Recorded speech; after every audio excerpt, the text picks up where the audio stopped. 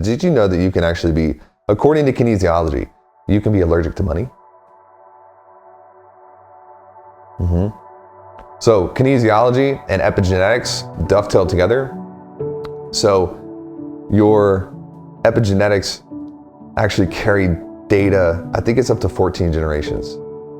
So we have data in our DNA that is coming from some relative I have from 1200 years ago.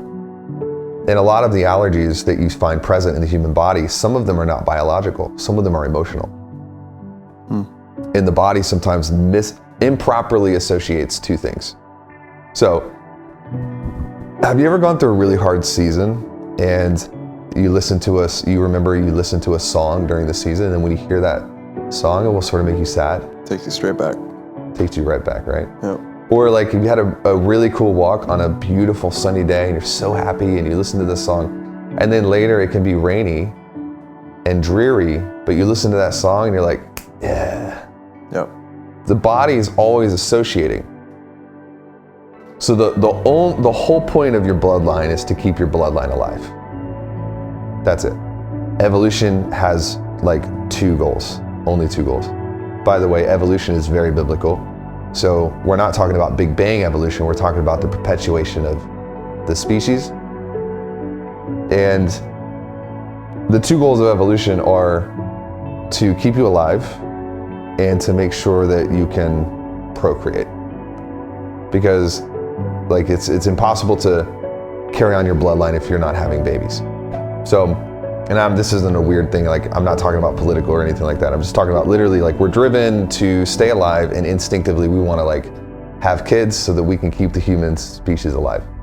When you look at bloodlines, those bloodlines are carrying the DNA now down to the next generation. So some bloodlines are actually more vulnerable than others because there's less data in the bloodline. So say somebody 800 years ago, okay? This is weird, isn't it? But it's awesome. Some great grandmother 800 years ago, she had a kid and that kid died, and she started eating a certain type of food that had sugar in it. The body goes, okay, similar to how we do with music, the body associates, okay, sugar equals death. And epigenetics can skip. So when we did go out to California, me and Lindsay, we had our full genome sequencing. And so there were some things that I had, I only had half of it. So it didn't show up for me, but I was a carrier. So I wasn't feeling I wasn't fully feeling the expression of the code, but I was a carrier of the code, which means that if one of my kids has both sides, not only are they a carrier, but they are an expressor of it. So they'll skip sometimes generations. That just stays in the bloodline. So my great grandmother has a kid, they have a kid, and they have a kid, and they have a kid, and then somehow with me, I get the carrier and the expression, I get both sides. And now all of a sudden, I'm allergic to sugar. And nobody can figure out why. And you go in and you get tested, and you use kinesiology to test the body, and the body can actually communicate. And the body says, we're not actually allergic to sugar. We've carried this code, and something stressful happened where somebody that I love died, and all of a sudden, the allergy was activated. And now I'm allergic to sugar. And we have to deprogram, essentially cure that allergy. So a lot of things that were like, somebody gets randomly sick, somebody all of a sudden just starts developing chronic headaches. It's because the body has put two and two together. There was a piece of data. The body had the data and is constantly looking for something to activate that, red alert protocol. Something activates it, boom, shut down sugar. We can't have sugar anymore. And then you can cure that allergy. This is the study of epigenetics. And so part of how we can protect ourselves and cure ourselves from these things, it has nothing to do with the body. It has everything to do with the emotional health of the carrier. And so the more emotionally resilient we are, the more whole we are, the more we process the way we feel about things, the lower we will suppress the chances of us developing these allergies. And so money, full circle back to being allergic to money, there are times when somebody can go through a really great season followed by a really bad season, and they're making a lot of money in that season, and mentally they misappropriately think that I'm having all these problems because more money equals more problems.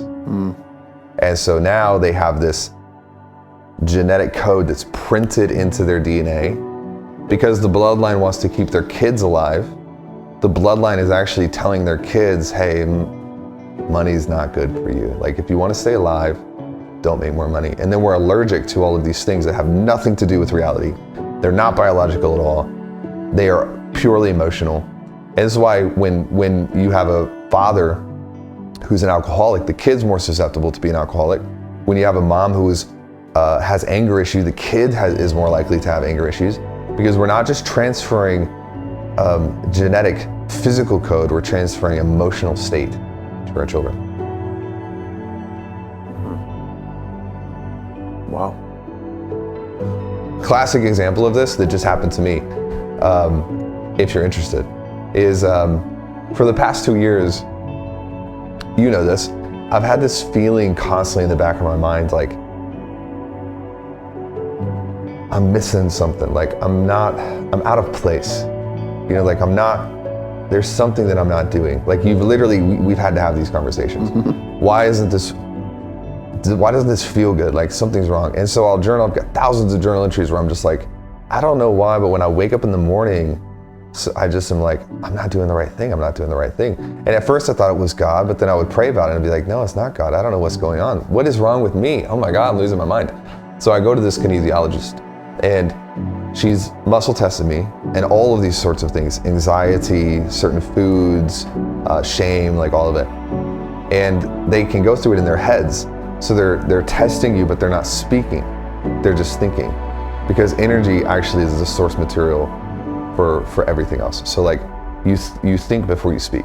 You've never spoken something that you didn't think. So speaking is just an outside byproduct of the thought. Make sense? Mm-hmm. So she's going through and she's thinking, boom, hand goes down. I have no energy there. She'll start over, thinking, boom, hand goes down. And she tests it 4 or 5 times. And then she says, okay, where you're losing energy, because our energies are bypassing linguistics. It's not about linguistics. Their energy is transferred from one human to the next through touch, through proximity, through, if you're on the phone, it can be through words. And she says, the thing that you're battling with is feeling out of place. I said, oh shoot, that makes a lot of sense. She's like, let's figure out where it came from. She does it again, she tests, boom, arm goes down. Does it again, test. She's like, okay, your body says that it was during your first trimester. You weren't even born yet. Something happened in the first trimester, and it was your mother, where she felt extremely out of place. She's like, be careful, because sometimes if you call them and ask them, you can undo, like you can cause, because they may not have told you. I was like, screw that, I'm calling my mom. But to have to figure out, like, what did you do to me? And so I called my mom, and she was a teacher. And they weren't supposed to get pregnant. She had just gotten a job as a teacher. Found out she was pregnant like 2 months later. And she says, I specifically remember being in a board meeting with the parents, being like, I'm not supposed to be here. I have a kid. I'm a brand new teacher. And she's like, for several months, I just felt like I was in the wrong place. I said, oh, cool, this is real. And so that was packaged up as a data code, and it was sent to me. And then the doctor says that, she's like, now we need to figure out where it was triggered, because it's not just the thing that you deal with your whole life. There's an activator. It has to be activated. Let's find out where it was activated.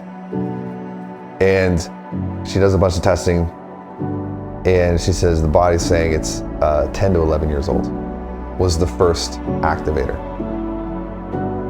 I have no idea where I went to school when I was 10 or 11. I'm trying to remember, and I'm like, I remember where I went to school when I was 9, and I remember where I went to school when I was 15. I don't remember anything in between.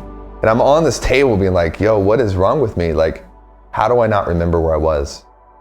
So I called my mom and do you remember your teachers growing up? Mm-hmm. I remember all my teachers. I said, was it Mrs. Robinson? She said, no, Mrs. Robinson was when you were 9. I was like, who was the teacher when I was 10 to 11? She says, that's why we homeschooled you. So I was pulled out of school because of this teacher when I was 9 or 10 that I couldn't remember. And she said, every day this teacher would pull you to the front of the class and she would make you apologize to the class because you had allergies. You were allergic to grass and ragweed, and you would blow your nose and she thought you were making it up. And you would have to publicly apologize to the class for disrupting class. And my mom was like, I didn't like that, so I pulled you out of school. We homeschooled you when you were 13. That's when it was triggered as a kid, where I was like, okay, of course, standing in front of a class, I feel out of place. And she was like, let's keep going, because your body says that that's not the most recent triggering. Because there's an acute triggering, and we're gonna find out when that was. Test, boom, over and over. He's like, okay. It was 19 months ago, 18 to 19 months ago.